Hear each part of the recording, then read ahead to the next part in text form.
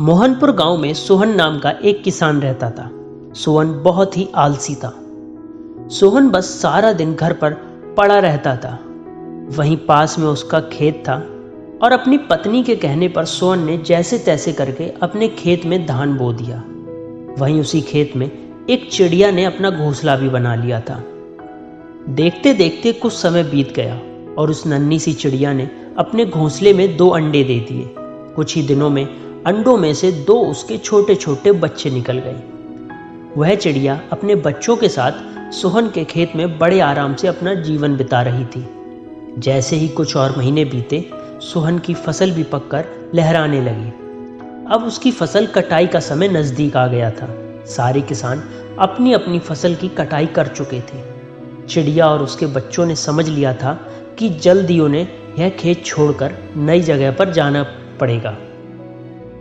अगले दिन जब सोहन किसान अपनी पत्नी के साथ खेत में आया तो उसकी पत्नी ने उससे कहा, फसल तो तैयार हो गई है, अब इसे काट कर बेच दीजिए। इस पर सोहन ने कहा, तुम चिंता मत करो, कल ही मैं फसल काटने के लिए अपने पड़ोसी को खेत में भेज दूंगा। सोहन की ये बात चिड़िया के बच्चों ने सुनी और बड़े परेशान हो गए। शाम को जब चिड़िया उनके घोंसले में लौटी तो उसके बच्चों ने उसे किसान की बात बताई और कहा, माँ, हमें यहाँ से किसी दूसरे स्थान के लिए निकलना होगा। चिड़िया ने उन्हें समझाया, तुम चिंता मत करो, कल इस खेत में फसल की कटाई नहीं होगी।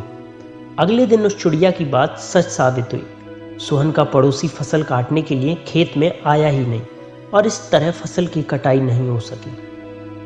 शाम के समय सोहन अपनी पत्नी के साथ कटी हुई फसल को देखने के लिए खेत आया और देखा कि फसल तो जैसी थी वैसी ही है।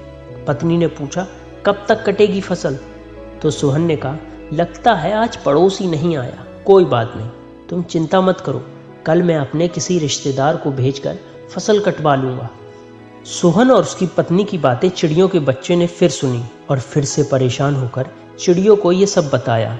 वे बोले, माँ, आज रात तो हमें यहाँ से जाना पड़ेगा।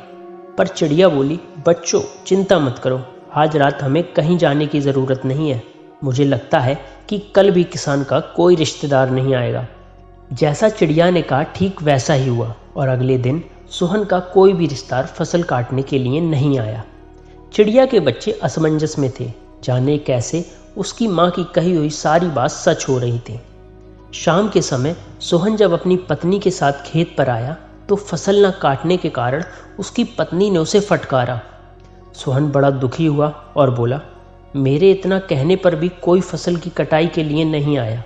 तुम चिंता मत करो, कल मैं खुद सुबह सुबह आकर फसल की कटाई शुरू कर दूंगा। चिड़िया के बच्चों ने सोहन की ये बात भी सुन ली।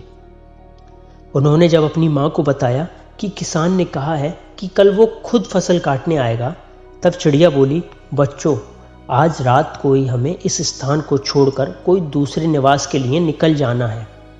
चिड़िया के दोनों बच्चों ने फिर हैरान होकर पूछा, माँ, इस बार ऐसा क्या हुआ कि आपने तुरंत इस जगह को छोड़ने का फैसला ले लिया?